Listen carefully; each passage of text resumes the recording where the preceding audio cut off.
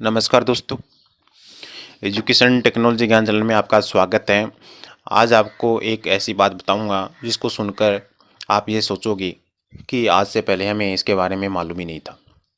तो वो क्या बात है उसके बारे में हम चर्चा करेंगे। बैंक ज़बरदस्ती एटीएम देने की कोशिश करता है। लगभग बैंक बोलते हैं हमारे पास एटीएम ले, हमारे से एटीएम ले, एटीएम ले क्योंकि 150-200 रुपये चार्ज लगता है साल का। तो उस 150-200 चार्ज के अंदर ही हमारी बीमा भी होती है। अब वो बीमा होती ज़रूर है, लेकिन जानकारी के अभाव में हम उसका फ़ायदा नहीं उठा सकते हैं और बैंक वाले इस चीज़ का प्रचार नहीं करते हैं। एफडी करने का प्रचार करते हैं और अन्य जगह निवेश करने का प्रचार करते हैं, लेकिन इस दुर्घटना बीमा का प्रचार बैंक नहीं बताता क्योंकि वो अपनी माथापच्ची फालतू की मोल नहीं लेते हैं। तो आज हम एटीएम के बारे में हम चर्चा करेंगे। हर बैंक का अलग अलग नियम है और आपसे निवेदन है कि इससे संबंधित जानकारी आप ज़्यादा से ज़्यादा बैंक से ले सकते हो, बैंक मैनेजर से ले सकते हो या उनके हेड ऑफिस से ले सकते हो या कस्टमर केयर से ले सकते हो।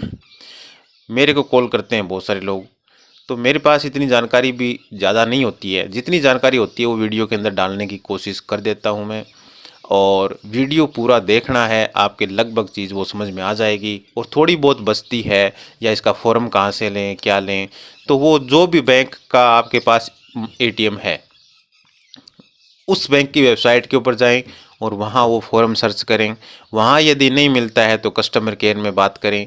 वहाँ से भी रिप्लाई नहीं मिलता है तो इनके ब्रांच में जाएं और ये सारी जानकारी आप लगभग पहले तो ब्रांच मैनेजर से ही मिलें और उसके बाद वहीं से जाकर के क्लियर करें कि क्या करना चाहिए क्या नहीं। वैसे एक नियम बता देता हूँ कि शायद अलग अलग बैंक का हो सकता है अलग अलग नियम हो, बाकी 45 दिन के अंदर यानी 45 डेज के अंदर अंदर उसका ट्रांजैक्शन होना ज़रूरी है शायद माइक्रो एटीएम का, सॉरी एटीएम का, क्योंकि एटीएम से ट्रांजैक्शन होगा तभी वो रनिंग में माना जाता है।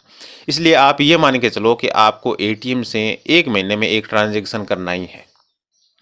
और आवेदन भी जैसे मान लो किसी की डेथ हो जाती है या कोई दुर्घटना हो जाती है तो आवेदन भी क्या करना है, दुर्घटना होने के 1 महीने के अंदर अंदर ही करनी है। बाकी इसके अंदर शायद 45 दिन का या 90 दिन का कुछ टाइम है। पूरी जानकारी एक वीडियो पहले भी डाला था मैंने, उसके अंदर आपको मिल जाएगी।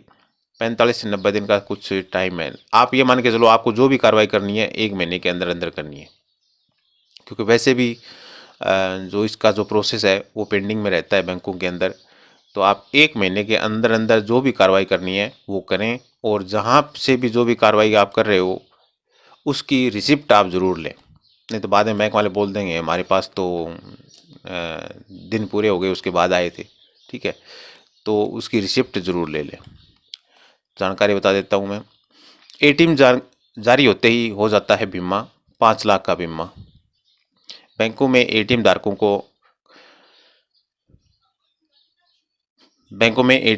का होता है दुर्घटना बीमा।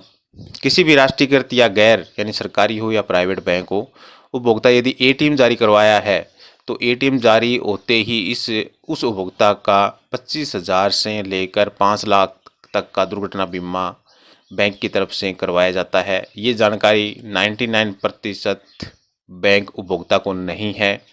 इतना ही नहीं, बीमा योजना में बिना कोई राशि जमा किए विकलांगता से लेकर मौत होने तक के मुआवजे का प्रावधान है।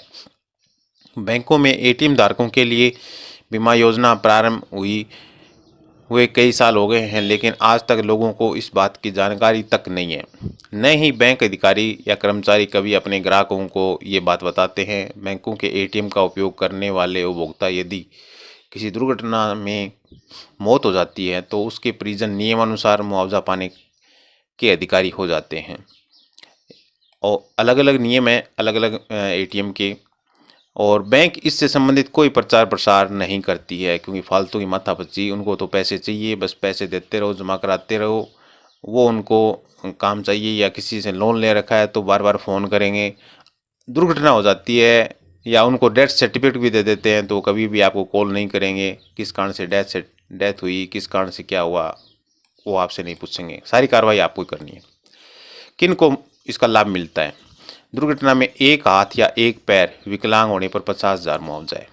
दोनों हाथ या दोनों पैर खराब होने पर 1 लाख मुआवजा है। एटीएम धारक की मौत होने पर 1 लाख का मुआवजा है। मास्टर कार्ड के ग्राहकों की मौत होने पर 2 लाख का मुआवजा है।